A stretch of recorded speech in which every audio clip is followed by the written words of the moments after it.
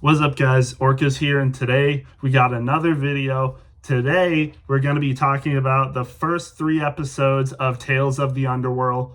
That's right, we're going to be talking about Ventress's story in this one. I was debating putting them both, Ventress's and Cad Bane's, into the same video, but I think I did the same thing with Tales of the Empire, where I did Morgan Elsbeth's and Barriss Offee's stories separately. So I think I'm going to do the same thing here. I thoroughly enjoyed this. I thoroughly enjoyed Ventress's story. It wasn't like insane top tier Star Wars, but I think it was pretty good, pretty decent for what we had. And since I'm in the mood right now, I just want to get the rating out of the way. I'd give this like a B plus. I would give this like, an 8.2 or an 8.3 something out of 10. And while I say that, I think I'm going to bump down Morgan Elsbeth's story to a B. I know I've said a lot of times that Morgan Elsbeth's story in Tales of the Empire was like A tier. I think I do have to bump it down though, because I think Ventress's story was a little bit better, but not like A tier for me. Maybe A minus, but the third episode kind of knocked it down a little bit for me. Episode 1 and episode 2, I did well enjoy, honestly. So for episode 1, it was really good. Episode 1 was really good. We got to see how Ventress was resurrected. It continued right off of Dark Disciple with Obi-Wan and Quinlan Vos. Yes, that's right. We saw both Obi-Wan and Quinlan Vos in this episode on Dathomir when they put her into like the pool of resurrection or whatever that is. But I remember that, that scene that they're in.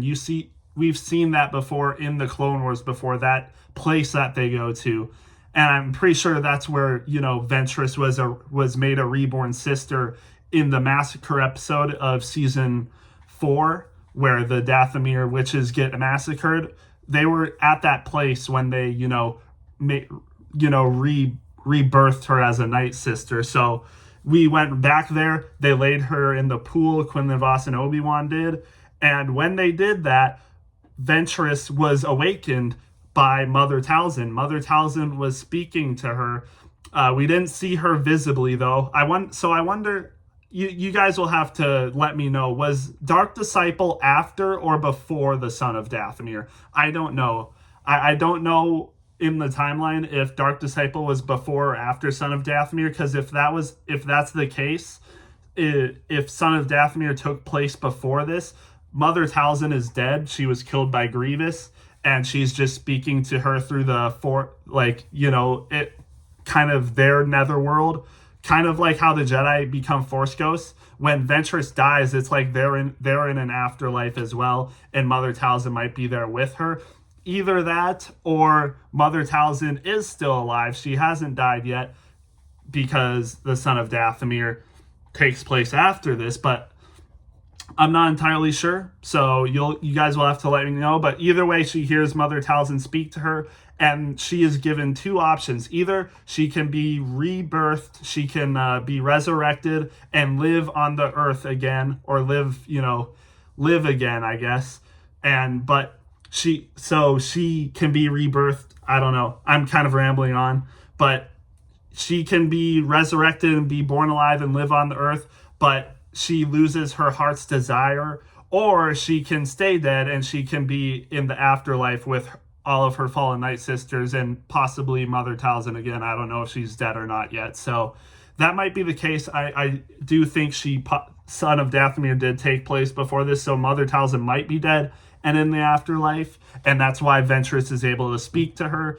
So, but she chooses to stay alive, but she doesn't see Quinlan, and I'm not really sure what that means. Like, she loses her heart's desire. So maybe that means she loses Quinlan, because I'll say it right now, in episode 3, she has the opportunity to possibly see Quinlan again, but she says that's not her destiny anymore. So I wonder, when Talzin said she loses her heart's desire, that means she can't be with Quinlan.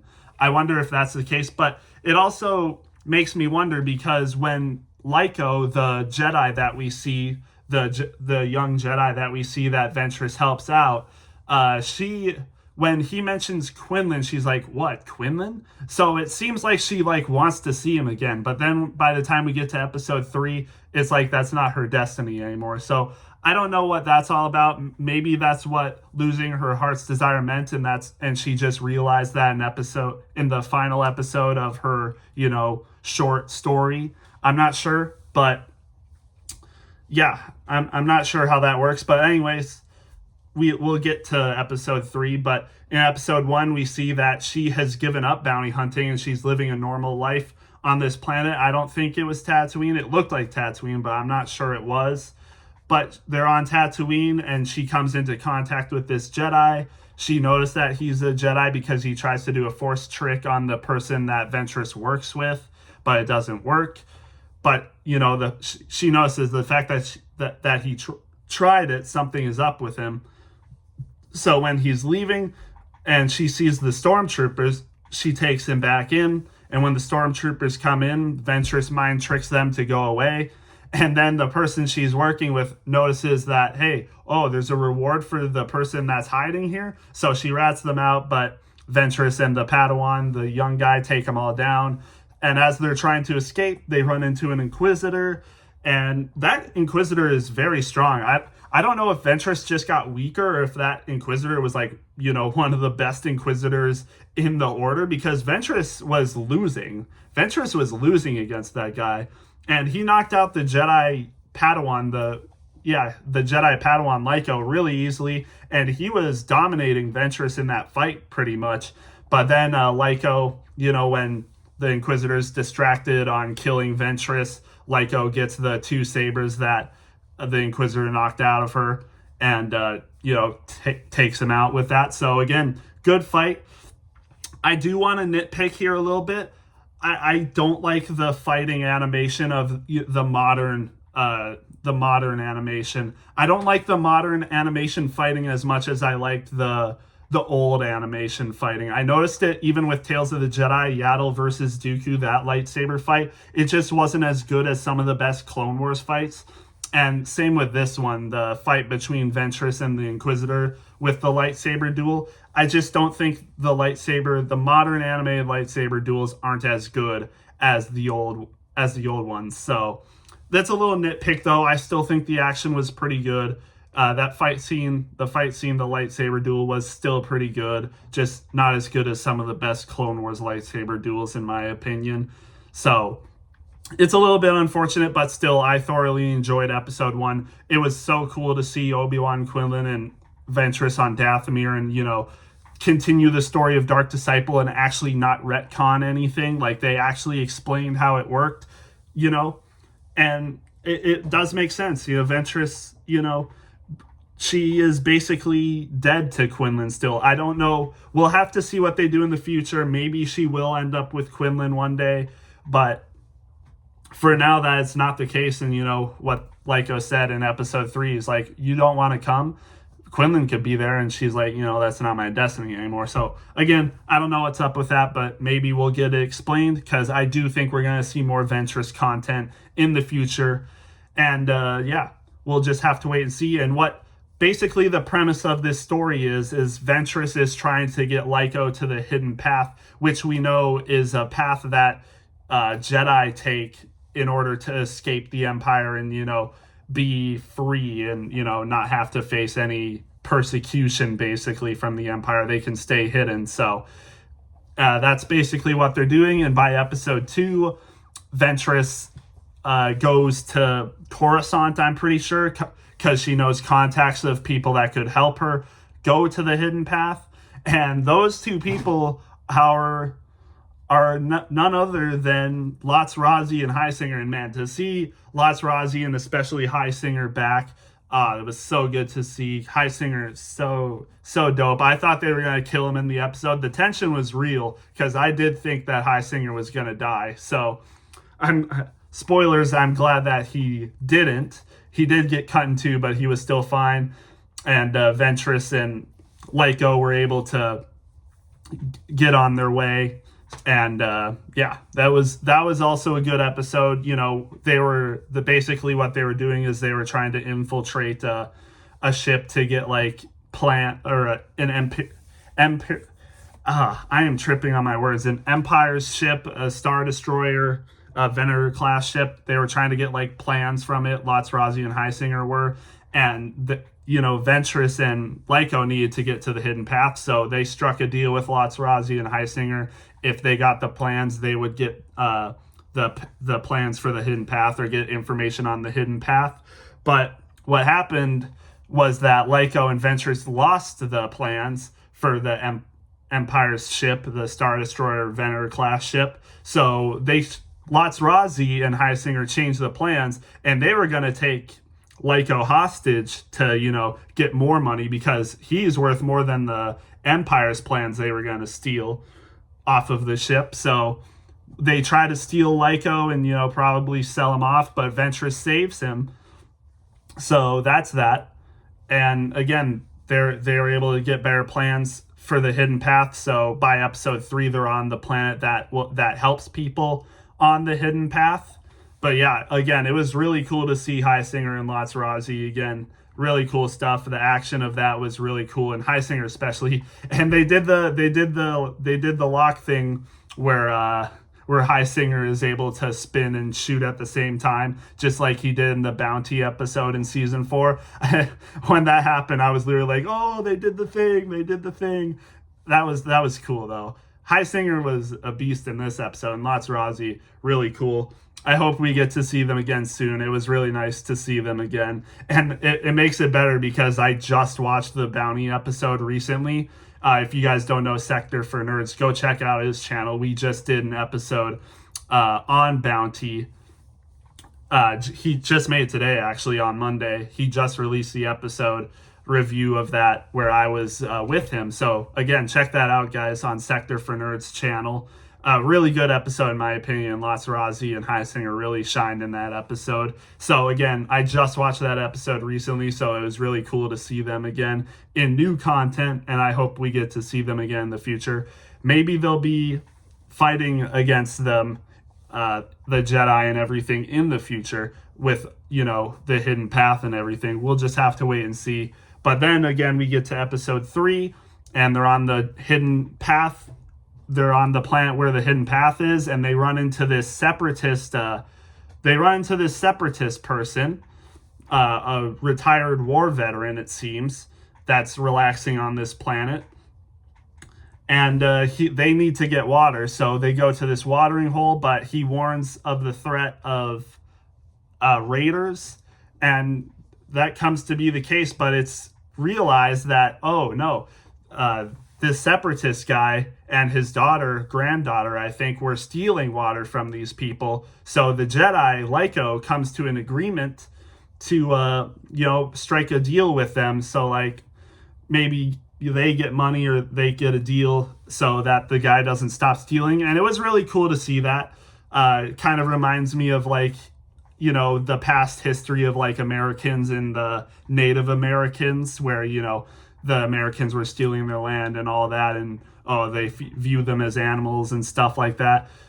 But, and it also connected with this war veteran who kind of seemed like he has PTSD from the war, and all he sees now is war, and he's warring with these raiders now. But Ventress and the Jedi get to him. Assumedly, they strike a deal at the end, and that's that. And then, Lyco they find the way to the hidden path because of these raiders.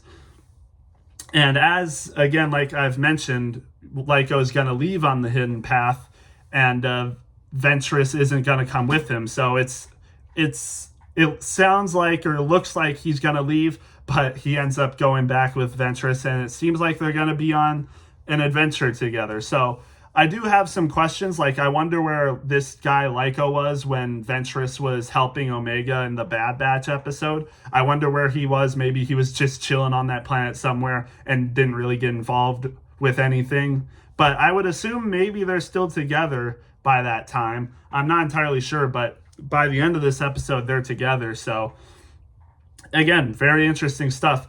And honestly, I did like Ventress and Lyco's relationship in this arc. They have good banter. They have a good friendship by the end. Lyco is a pretty cool character. I'll give him that. pretty cool character. And Ventress's characterization, I think, was really cool in this arc as well. I wouldn't say up to the level of Dooku's character progression and, characterization in Tales of the Jedi. Dooku's characterization in Tales of the Jedi was amazing. I don't think I've seen as good of Star Wars characterization since that arc with Dooku. That was just amazing stuff. But Ventress's character progression and her characterization in this arc, I do think was really good. From when we see her in the Clone Wars to now, she's definitely changed a lot as a person. But we kind of already saw that in the Clone Wars anyway, for how much she's changed as a person, as when, we see in the Bounty Hunter, she kind of helps out Pluma from being kidnapped.